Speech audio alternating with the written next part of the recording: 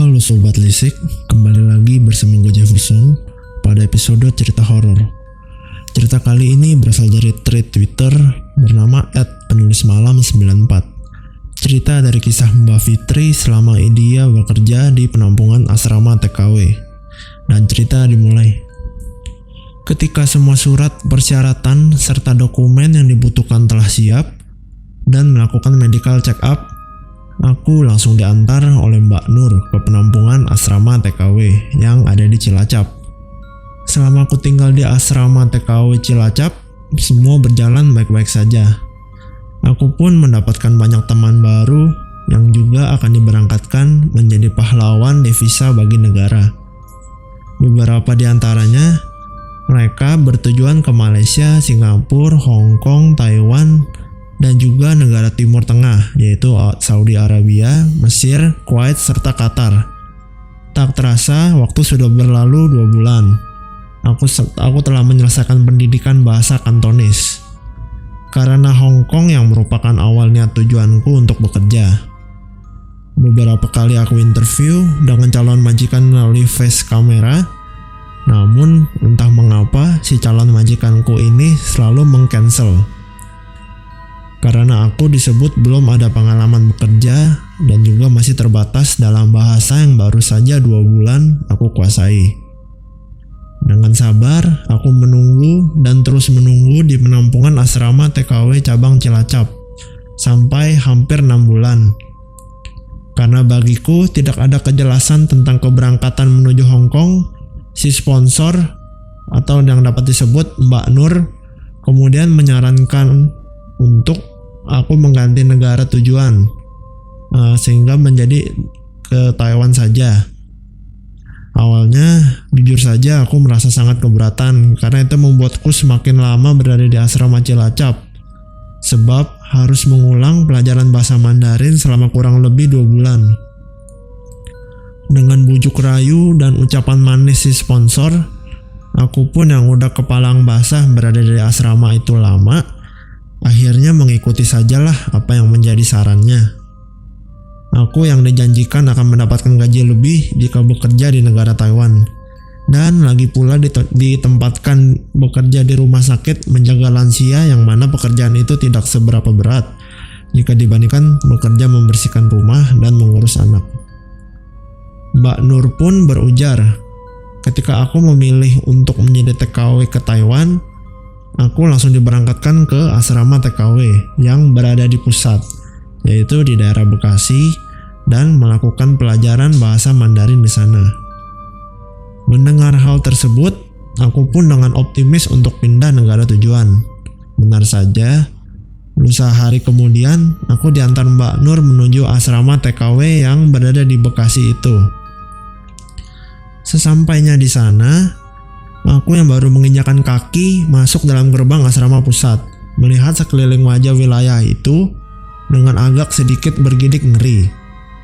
Bagaimana tidak, gedung asrama TKW pusat terlihat bangunannya sudah tua dan dihiasi lumut, serta cat tembok yang sudah mulai mengelupas. Di halaman depan pun dihiasi oleh pohon beringin tua yang menambah kesan mistis.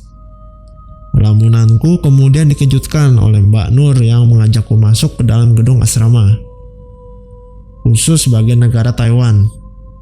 Oh iya, teman-teman, asrama di TKW pusat ini juga dibagi menjadi 3 ya teman-teman. Gedung A khusus untuk mes para staf administrasi, kantor, dapur umum, ruang belajar bahasa, dan juga mes para driver.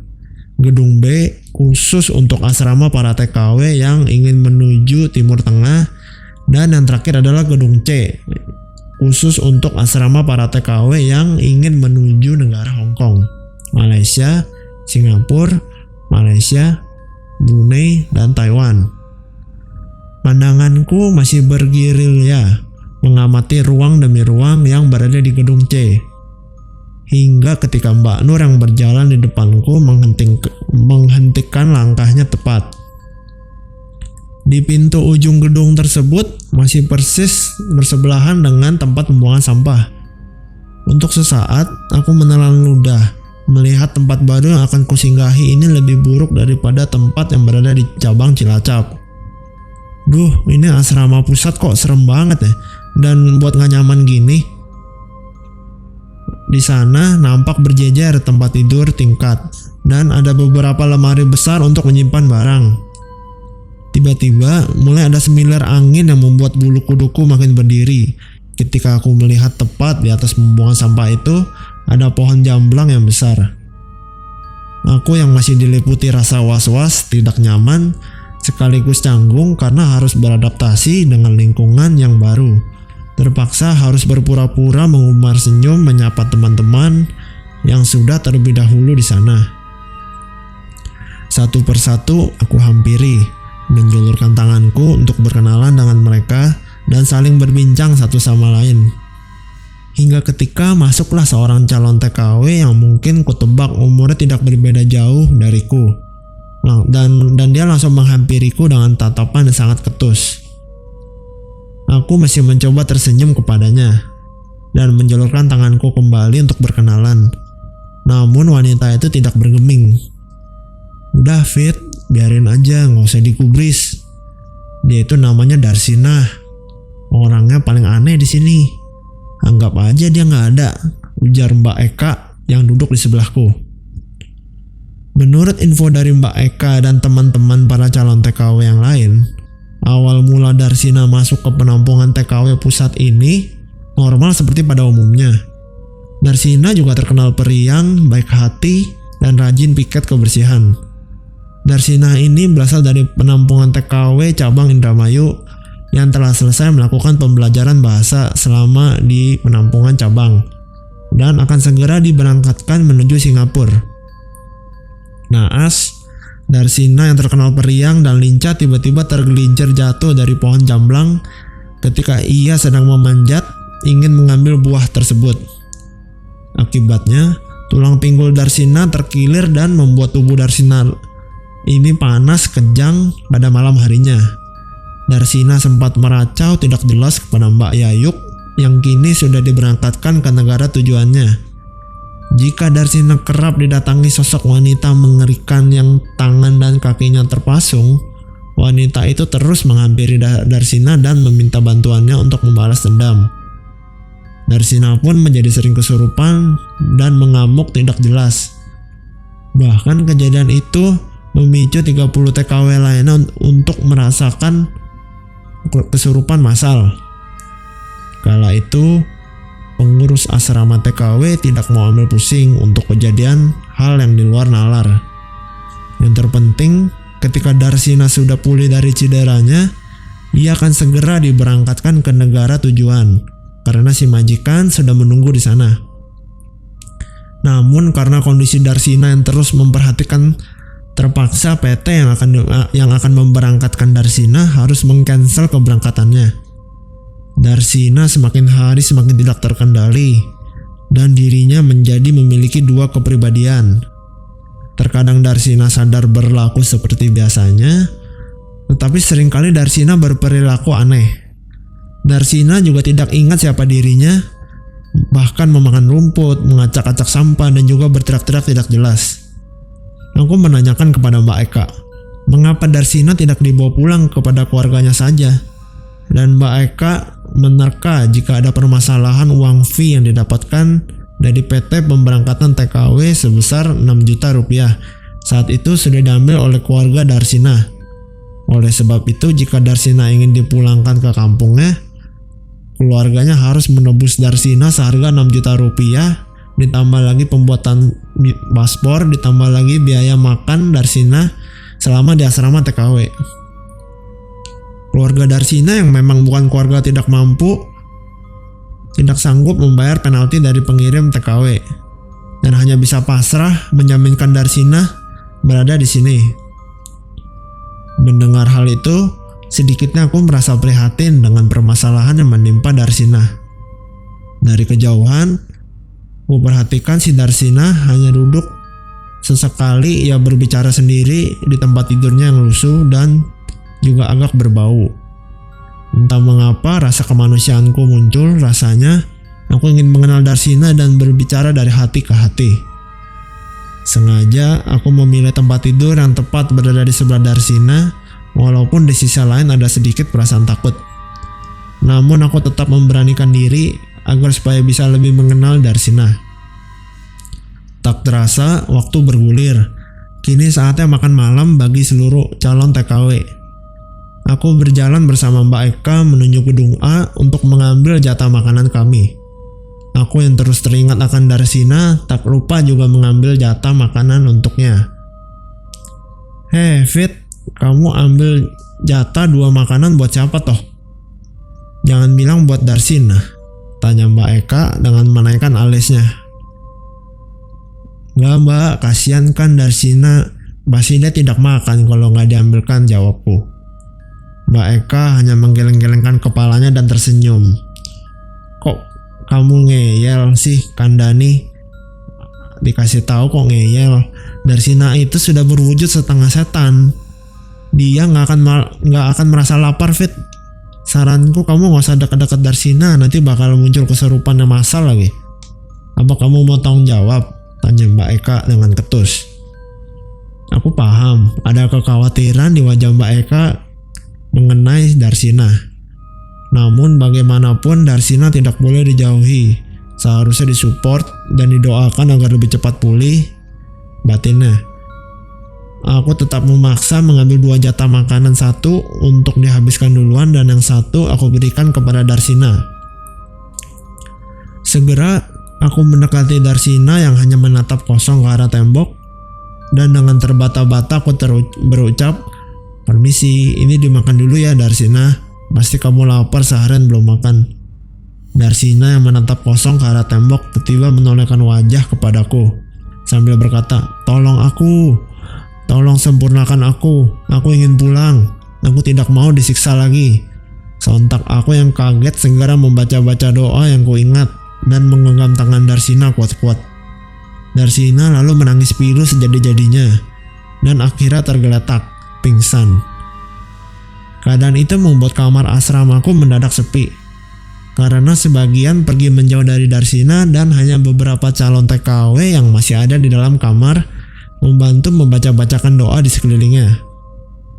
Wes ngerti toh Fit, sekarang kamu lihat sendiri kan kalau Darsina ini sudah bukan manusia lagi, ucap Mbak Eka dengan agak membentak. Maaf Mbak Eka, bukannya saya ngeyel, tapi kasihan Darsina itu belum mau makan, takutnya nanti sakit, jawabku dengan nada datar. Yo nggak mungkin sakit lah, wong Darsina itu setan, sahut Mbak Yati yang kesal melihatku membela Darsina. Di tengah perdebatanku dengan teman-teman calon TKW lain, perlahan mata Darsina terbuka dan mulai berucap, "Maaf, saya lagi dan lagi membuat kegaduhan di sini. Terima kasih Mbak Fitri sudah mau peduli dengan saya. Saya tahu Mbak Fitri orang yang baik. Tetapi maaf, terkadang saya seperti orang yang lumpuh dikendalikan oleh sesuatu dan bahkan seringkali tidak sadar siapa saya," ucap Darsina agak sedikit bergetar. Ini Darsina asli apa setan toh? Kalau sampai Darsina asli, cepat mandi sana. Kamu itu bau bikin risih saja. Jangan lupa nek wis adus mbok yo sholat toh. Darsina ben kamu gak terus-terusan keserupan, ujar Mbak Eka. Ya Mbak, maaf, ucap Darsina lemah sambil mencoba bangkit dari tempat tidurnya menuju kamar mandi. Aku berusaha membopoh tubuh Darsina dan sempat menawarkan untuk membantunya membersihkan diri. Tetapi Darsina menolak, mungkin karena ia merasa canggung baru pertama kali bertemu denganku. Setelah keluar dari kamar mandi, kulihat Darsina mengambil mukena dan sajadah yang akan ia pakai untuk sholat Isya. Kuperhatikan dari belakang Darsina saat ia mengadu kepada Tuhannya di antara sujud, ada rasa iba yang besar mengalir di hatiku. Aku yakin Darsina akan pulih seperti sedia kala dan akan bisa melanjutkan mimpi mengubah hidup keluarganya di kampung halaman dengan cara menjadi TKW. Ketika Darsina sudah selesai menunaikan ibadahnya, ia menghampiriku yang sedang duduk di tempat tidur. Sembari makan sedikit banyaknya, Darsina mulai bercerita dari mana asal usulnya dan menceritakan pengalaman traumatis yang ia alami. Darsina, wanita berusia 20 tahun, mempunyai mimpi luar biasa untuk membantu meringankan beban keluarganya di kampung yang hanya bekerja sebagai buruh tani dan juga pemberi pakan ternak warga yang upahnya pun tidak seberapa. Darsina memiliki satu adik perempuan dan satu kakak laki-laki. Adik perempuan Darsina masih duduk di sekolah menengah pertama, dan kakak laki-lakinya pun keadaannya tidak kalah memprihatinkan. Sang kakak diharapkan bisa menjadi tonggak tulang punggung keluarga, harus pasrah menerima dirinya mengalami kelumpuhan saat bekerja menjadi buruh bangunan di kota karena terjatuh dari lantai 3. Darsina yang mulai tumbuh remaja pun tidak mau hanya berpangku tangan saja. Ia sengaja tidak menamatkan sekolah menengah pertamanya karena faktor ekonomi. Ia sempat bekerja menjadi pembantu rumah tangga di kota selama bertahun-tahun untuk mencukupi kebutuhan keluarga di kampung. Menyekolahkan adik perempuannya serta membiayai pengobatan sang kakak. Karena di kampung halamannya banyak sponsor atau dapat disebut calo yang akan memasukkan calon TKW PT Pemberangkatan TKW. Keluarga Darsina pun tergiur dengan iming-iming gaji besar bekerja di luar negeri dan juga uang fee yang akan diberikan kepada si calon TKW jika dirinya sudah melakukan medical check up. Tanpa pikir panjang, Darsina kemudian resign dari pekerjaannya di kota dan pulang ke kampungnya Indramayu untuk segera mengurus dokumen dirinya. Semuanya berjalan lancar saat Darsina berada di asrama TKW cabang Indramayu. Ia pun dengan mudah sudah mendapatkan majikan di Singapura dan menyelesaikan pendidikan bahasa Inggris dasarnya selama kurang lebih 1 bulan di sana. Menjelang keberangkatan, Darsina menuju negeri Singapura. Menurut prosedur PT, Darsina harus tinggal selama kurang lebih 1-2 minggu di asrama pusat untuk mengurus paspor. Darsina yang sudah menanti-nanti dirinya akan diberangkatkan ke Singapura dengan sangat antusias menyambut kabar baik jika ia diberangkatkan ke asrama pusat untuk pembuatan paspor. Darsina tidak pernah menyangka jika kehadirannya di asrama pusat menjadi sebuah awal petaka baru bagi hidupnya. Darsina mulai bercucuran air mata ketika ia mulai mengingat kembali dan melanjutkan ceritanya saat berada di asrama pusat. Kala itu, sesudah selesai ia pulang dari kantor imigrasi pembuatan paspor, tepat di siang hari yang terik, Darsina, Mayang, dan Komala diajak untuk merujak bersama dengan Dinda. Darsina yang penampilannya agak tomboy dengan senang hati ia menuruti kemauan 3 temannya untuk memanjat pohon jamblang yang berada di sebelah asrama Taiwan. Darsina dengan lincah mengambil beberapa pohon jamblang yang terlihat segar. Namun saat ingin turun, ia merasa kaki kirinya ditarik oleh sesuatu yang membuat dirinya jatuh dan terlembab. Darsina masih mengingat jika pinggulnya membentuk balok kayu dan kumpulan sampah kotor yang tepat berada di bawah pohon tersebut. Menurut Darsina, rasanya tidak seberapa sakit. Ia pun sempat tertawa-tawa dengan 3 teman lainnya. Namun setelah dirinya bangkit, tiba-tiba tubuh Darsina terasa sangat amat berat. Bergelangan kaki dan tangannya seperti ada yang mengikat sehingga sulit digerakkan. Darsina yang sudah kotor karena terjatuh, ia segera menuju kamar mandi dan membersihkan diri. Ketika berada di kamar mandi, ia melihat sesosok wanita yang kaki serta tangannya dipasung. Wanita itu hanya tertunduk dengan rambut panjang yang menjuntai hingga ke lantai. Melihat hal aneh itu, perlahan Darsina menghampiri dan saat wanita itu mengadahkan wajahnya, terlihatlah jelas wajah wanita itu dipenuhi luka sayatan dan luka memar yang membuat Darsina teriak panik ketakutan. Mendengar gaduh teriakan Darsina dari kamar mandi, teman Darsina langsung menghampiri. Namun ia tidak melihat apa yang Darsina lihat. Darsina kekeh berujar jika sosok itu masih ada dan menetap tajam ke arahnya. Dari mulai saat itulah, Darsina mulai merasakan teror yang berkepanjangan dalam hidupnya. Tepat di malam hari, Darsina merasa tubuhnya semakin berat dan sakit di beberapa persendian, seperti dipukuli oleh benda tumpul. Keadaan Darsina pun semakin memburuk manakala ia merasakan rasa yang dingin di sekujur tubuhnya, hingga beberapa kali ia sempat tidak sadarkan diri. Mbak Yayu, salah satu seorang sahabatnya juga berasal dari Indramayu, merasa khawatir dengan keadaan Darsina dan segera melaporkan kejadian tersebut kepada pengurus PT agar dicarikan tukang urut untuk memijat Darsina.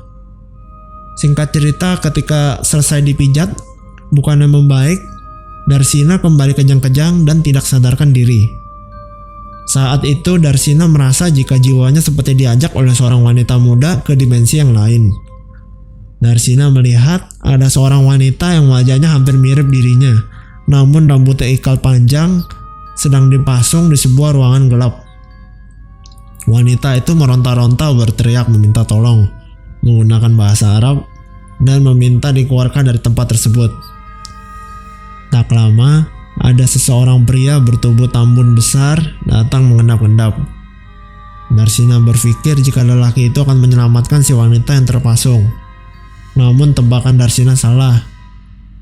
Dengan keji, si pria itu habis-habisan menyetubuhi dan menyiksa hingga babak belur. Darsina yang pertama kali melihat pelecehan menjijikkan di depan matanya itu teriak-teriak meminta tolong, tetapi anehnya dirinya seperti tidak terlihat oleh siapapun di situ. Darsina akhirnya mengerti jika ia tadi diajak oleh seorang wanita muda ke dimensi yang lain untuk melihat sebuah reka adegan peristiwa yang tidak pernah terungkap kebenarannya. Tak berhenti sampai di situ, Darsina pun diperlihatkan beberapa kejadian keji yang dialami wanita malang itu. Ia diberi kilas balik penglihatan saat wanita malang yang mengaku dirinya bernama Fatona. Fatona ini datang ke rumah majikannya di Arab Saudi. Fatona yang baru dijemput dari agensi saat itu baru di hari pertama sudah diberlakukan tidak layak oleh si majikan. Ia dipaksa bekerja lebih dari 12 jam tanpa berhenti dan hanya diberi makan sebutir apel yang hampir busuk. Oh iya, Darsia pun menjelaskan di keluarganya itu terdiri dari sepasang suami istri dan seorang anak laki-laki yang mungkin berusia remaja. Hari ke hari yang dijalanin Fatona begitu sangat berat. Ia diancam untuk tidak boleh berbicara kepada tetangga dan bersembunyi jikalau ada tamu yang datang berkunjung. Hingga suatu ketika, Fatona yang kelelahan bekerja tak sengaja membuat baju si majikan perempuannya rusak karena disetrika. Fatona dengan jujur mengakui perbuatannya, namun si majikan malah menempelkan setrika panas ke wajah Fatona dan langsung memukuli Fatona dengan kayu penggilingan adonan. Saat Fatona babak belur, adik laki-laki si majikan bukannya menolong malahan menyiram air panas ke tubuh Fatona.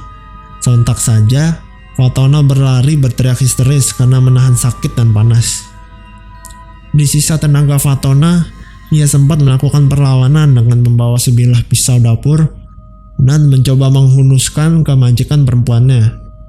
Namun karena tubuh si anak lelaki besar dan tegap, dengan mudah serangan Fatona ditangkis serta pisau yang dipegang Fatona akhirnya terlepas.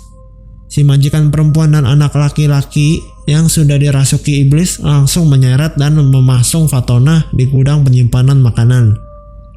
Tak lupa kembali, mereka berdua menghajar Fatona membabi buta, dan pisau yang digunakan Fatona untuk melindungi diri akhirnya berbalik dipakai si majikan untuk melukai wajah cantik Fatona hingga berlumuran darah.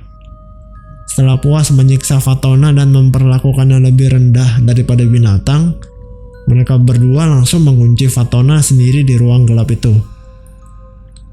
Darsina mengerutkan kening mengingat terakhir kali ia diberi kilasan peristiwa yang merenggut nyawa malang Fatona.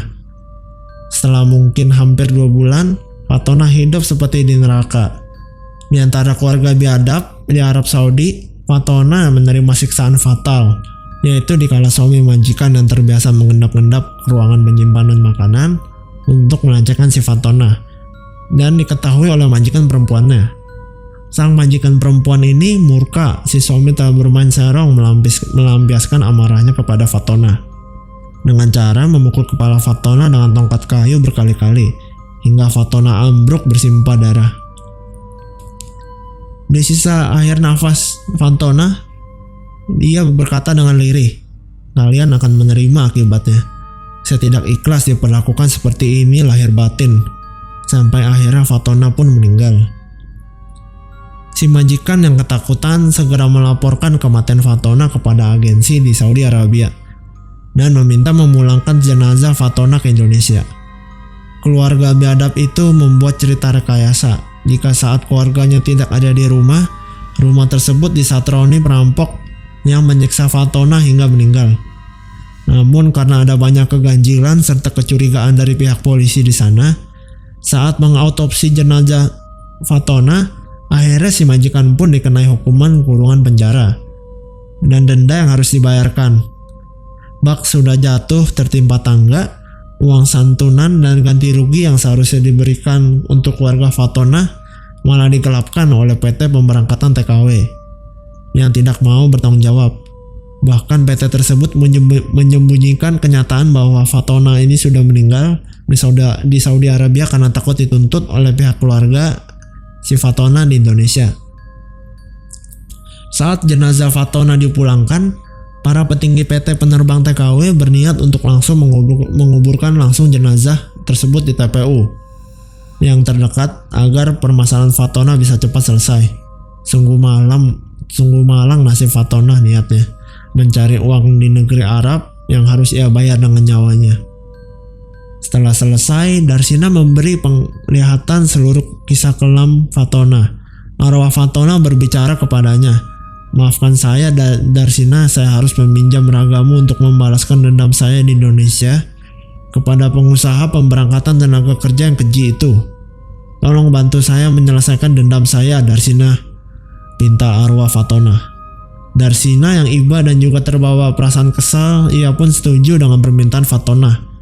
Darsina kala itu tidak berpikir panjang jika ia sama saja menyetujui raganya dikuasai arwah penasaran yang haus akan balas dendam.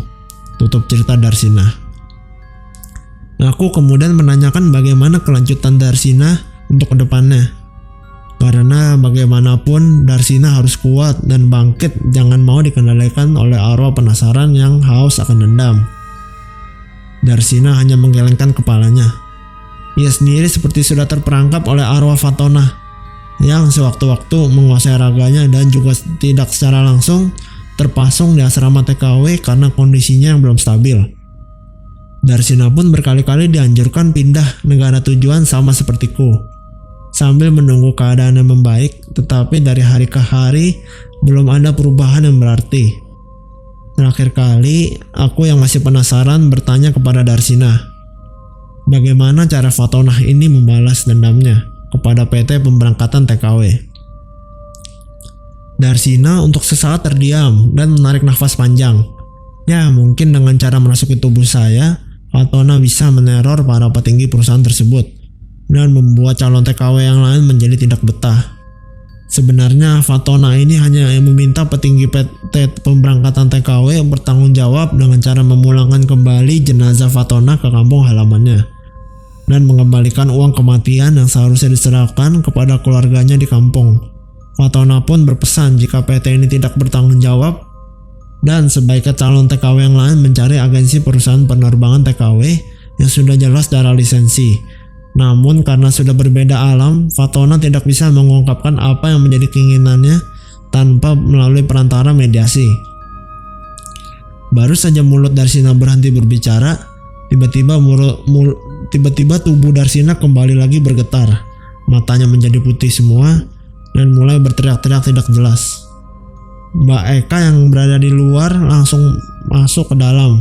Ternyata di luar sudah terlebih dahulu ada 10 orang mengalami kesurupan massal. Ini pasti kerjaanmu toh, Fit.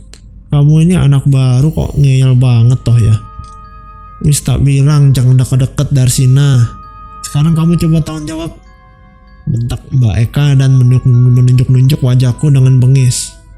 Aku menghela nafas, mencoba untuk fokus dan membacakan doa di telinga Darsina sambil memeluk tubuhnya erat. Tak kupedulikan suara teriakan Mbak Eka yang mulai berkata kasar kepadaku. Mbak Fatona, tolong kamu kasihan sama Darsina. Dia yang sama seperti kamu terpasung di PT ini karena ambisi kamu yang mau membalas dendam. Bisikku di telinganya. Seketika tubuh Darsina melemas dan tergeletak dan tak sadarkan diri. Dari luar, aku mendengar suara orang yang kesurupan sudah mulai senyap. Untuk sesaat aku bisa bernafas dengan lega karena kesurupan massal ini tidak sampai memakan waktu yang lama. Keesokan harinya aku dipanggil ke kantor di gedung A karena mendapat aduan jika akulah penyebab kesurupan massal dan kegaduhan di asrama gedung C. Aku kemudian diinterogasi dengan ketus oleh seorang wanita tua yang kamu ketahui adalah pemilik perusahaan. Singkat cerita, aku diancam untuk tidak berbicara kepada siapapun yang kudengar dari Darsina. Karena jika aku sedikit saja berkomentar, aku akan dilaporkan ke polisian. Karena pencemaran nama baik dan tindak menyenangkan karena tuduhan tanpa bukti. Aku pun tidak mengerti apa salahku sampai dikenai hukuman piket selama 1 bulan penuh membersihkan kamar mandi serta dapur umum. Dan bagi Darsina, ia dipindahkan ke kamarnya gudang belakang asrama. Selama 2 bulan lebih aku menjalani keseharianku di asrama pusat dengan perasaan yang luar biasa tidak nyaman. Aku hanya memiliki seorang sahabat yaitu Darsina. Walau terkadang ia sering tidak sadarkan diri dan merancau tidak jelas. Oh iya, teman-teman, ada sebuah keanehan lain yang kurasakan selama bersahabat dengan Darsina ini. Selain aku bersahabat dengan Darsina, ternyata Fatona ini juga sempat beberapa kali membantuku dalam pencarian majikan. Pernah suatu waktu saat aku selesai pelajaran bahasa Mandarin, aku dipanggil ke kantor untuk melakukan interview facecam dengan calon majikanku yang baru. Majikan itu mengaku pekerjaanku hanya menjaga seorang kakek dan menjaga rumah. Kuperhatikan wajah si majikan laki-laki yang menginterviewku ini pun kelihatannya baik dan hampir saja aku mendapatkan kontrak kerjaku di Taiwan. Beruntung setelah aku diinterview, Darsina mengajakku berbicara 4 mata karena ada pesan yang ingin disampaikan oleh Fatona mengenai calon majikanku ini. Fatona merasuki tubuh Darsina dan berujar jika majikan itu akan berperangai tidak baik dan sebelumnya ia sering berganti ART karena sifatnya yang menyebalkan. Aku kurang meyakini ucapan arwah penasaran Fatona, sempat beberapa kali menanyakan asal-usul calon majikanku ini ke kantor. Namun staf di sana masih menutupi kenyataan yang ada. Hingga suatu ketika aku sedang piket membersihkan ruang kantor, tak sengaja aku melihat beberapa dokumen para TKW yang tercecer. Dan ketika aku baca, aku sangat terkejut jika si majikan yang akan meng-hire-ku ini sudah berulang kali bermasalah dengan ART-nya. Sontak saja aku memuluskan tekad untuk tidak menandatangani kontrakku dengan si majikan tersebut. Kejadian itu berulang kembali kedua kalinya saat ada tawaran pekerjaan untuk mengurus nenek. Seperti pada awal kejadian pertama, Darsina mendatangiku dan menjadi penyambung lidah dari arwah Fatona jika majikan kedua ini akan berlaku licik. Pekerjaanku di sana tidak hanya mengurusi nenek, namun mengurusi rumah besar serta kantor si majikan tempatnya bekerja.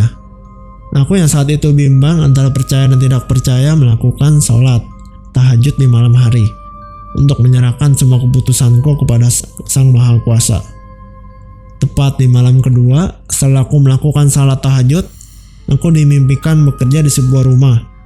Namun pekerjaan di rumah itu seperti tidak ada habis-habisnya. Dan nampak terlihat seorang wanita yang siluet tubuhnya ku kenali. Ia adalah calon majikan kedua berbicara dengan sangat ketus. Lantunan kumandang azan subuh membangunkanku dari mimpi. Dan untuk sesaat aku mengingat-ingat kembali akan makna mimpi aku itu. Aku mengambil kesimpulan jika calon majikan yang kedua ini sepertinya memang tidak cocok untukku. Aku memantapkan hati untuk tidak menandatangani kontrak setelah diberi mimpi itu. Walaupun sempat ada sedikit perdebatan antara aku dan staf kantor yang meminta agar aku lebih baik menandatangani kontrak majikan itu saja. Kesabaranku pun akhirnya terbayar saat tawaran ketiga menjaga seorang nenek di rumah sakit.